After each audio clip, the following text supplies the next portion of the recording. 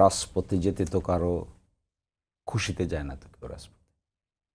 এত বড় প্রতারণার আশ্রয় নিচ্ছেন, আমরা বলতে হবে না জনগণকে এটা? সংসদেও তো জনগণ শুনছে, এটা সরাসরি হচ্ছে।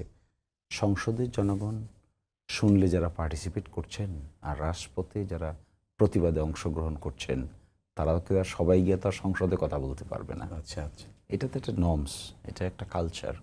আপনি ভিতরেও প্রতিবাদ করতে পারবেন, বাইরেও প্রতিবাদ করতে পারবেন। আমার তো ধারণা জনগণ চিট হচ্ছে বলে ফিল করে, এটা আপনি গ্রামে গেলেও দেখতে পাবেন।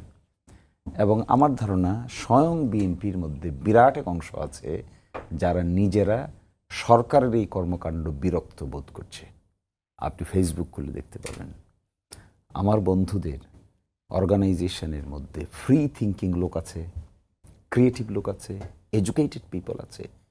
আমি তাদেরকে অনলাইনে তাদের রিয়াকশন দেখে দেখতে পাচ্ছি সাংঘাতিক রকম বিরক্তি প্রকাশ করছে।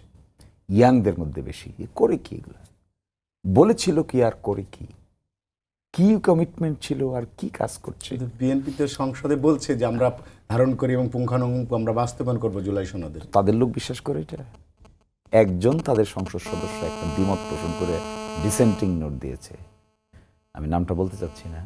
গুম যে আইনটা তারা রিপিল করে দিচ্ছেন, মানবাধিকার যে আইনটা রিপিল করে দিচ্ছেন, এটা যেন রিপিল করা না হয় এই মর্মে বিএনপির একজন সংসদ সদস্য লিখিত ডিসেন্টিং দিয়েছেন।